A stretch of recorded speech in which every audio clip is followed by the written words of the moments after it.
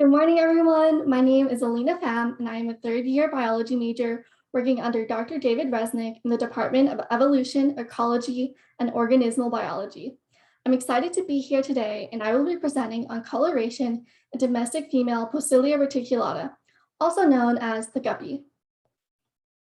First, an overview of my presentation today. I will be going over some background information, the main question of this project, the specific hypothesis we are working with, and the project experimental design. Some background information before we get into the details of the project. The animal studied here is Posilia reticulata, commonly known as the guppy. It is a small live-bearing fish found in Trinidad. It is a model species for evolutionary genetics, partly due to the remarkable coloration they can display. This species also exhibits sexual dimorphism, where the males have conspicuous coloration to attract female mates, and females have dull gray coloration to better blend in with the surroundings and hide from predators. The top photo shows examples of male color patterns, and the bottom photo shows a male and a female together, with the male on top and the female on bottom.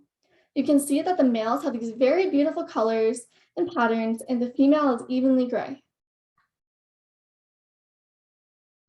Like humans, guppies have XY sex-determining chromosomes, where males have XY and females have XX.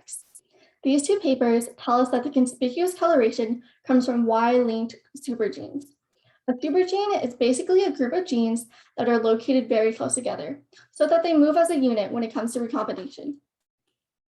In these photos, each vertical column shows a father, his son, the grandson, and so on. In other words, each fish is the son of the fish above it. You can see that the coloration is the same between generations, passed down through the Y chromosome. Although these coloration genes are mostly Y-linked, there are some X-linked coloration genes. Normally, these female fish carrying the X-linked coloration do not express it. But when they are treated with testosterone in a lab, then the X-linked coloration can be visualized. So now, what is the question of this project? We know that coloration in guppies is essentially only seen in males, but when we look at the domesticated pet store type, still the same species, instead of the native wild Trinidadian type, we see that females do express coloration. This top photo here shows domesticated guppies, with the female on the left and the male on the right. As you can see, the female has bright colors and patterns on her tail, compared to the lower photo of native type guppies, where the female on the bottom is plain gray. How can this be? Since we know that the large majority of coloration genes are Y-linked, and even if they are located on the X chromosome, they are not expressed. The question here is, how do domestic females express coloration while native females do not? Possible explanations for how this happens. Let's back up a little bit and look at how this coloration is present in the first place. The female fish need the gene that contains the information for the coloration itself. Then they need a regulatory gene that allows for the expression of the color gene.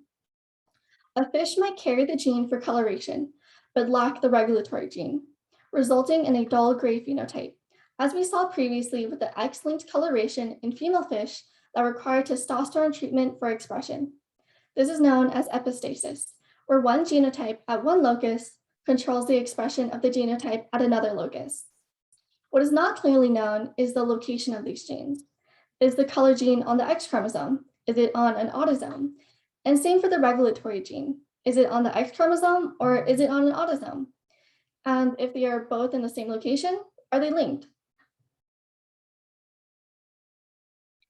There are multiple possible explanations, but the hypothesis tested in this project is that the domestic guppies carry the coloration gene on their X chromosome and the regulatory gene on an autosome.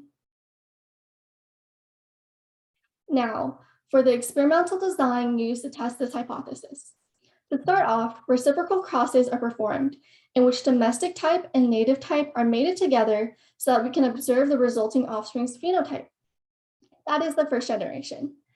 Then we will mate together first generation siblings and observe those resulting offspring's phenotypes. This is the second generation. We're doing both crosses seen here, domestic female and native male, and native female and domestic male, as well as control crosses. But for the rest of this presentation, we're focusing only on the domestic female and native male cross for simplicity.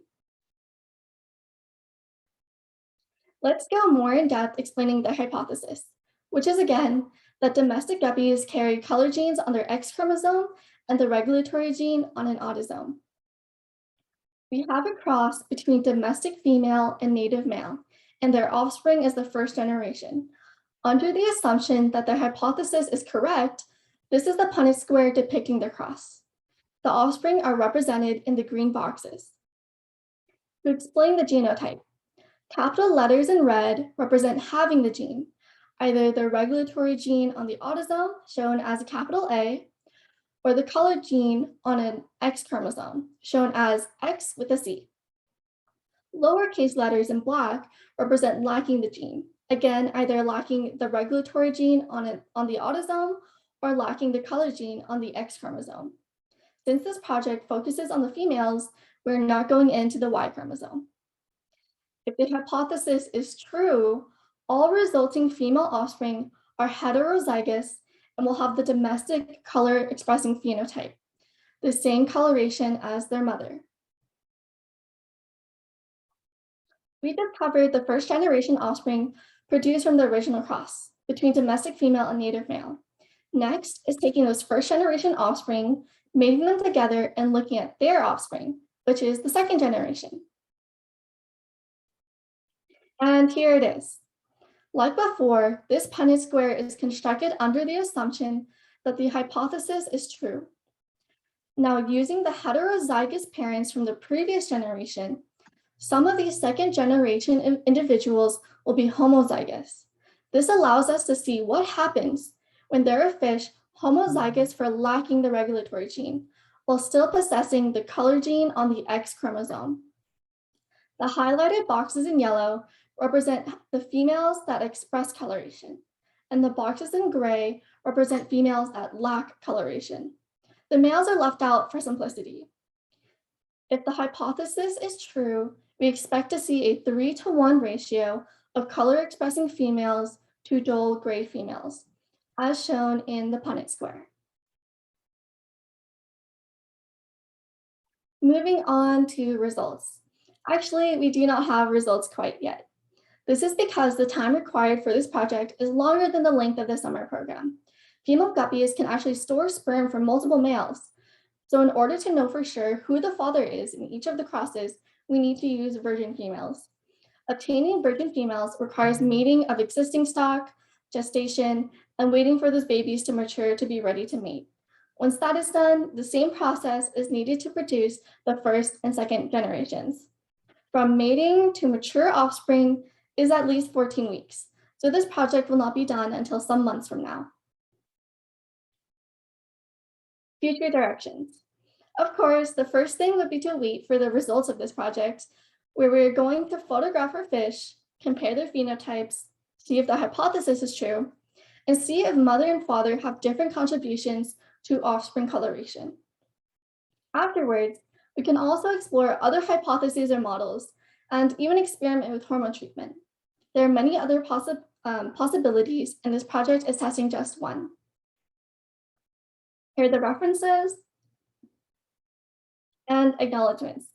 I want to take this time to express my gratitude for all the guidance from my faculty mentor, Dr. David Resnick, my lab manager, Yuridia Reynoso, PhD student Samantha Lovell, as well as the National Science Foundation for funding the lab. Thank you to Ni Chan, Winith Wong, Gina Zhao, and the CNAS Learning Community Scholars for their support, as well as to CNAS alumni and RISE donors for supporting the program. Once again, my name is Alena Pham, and thank you for attending my presentation.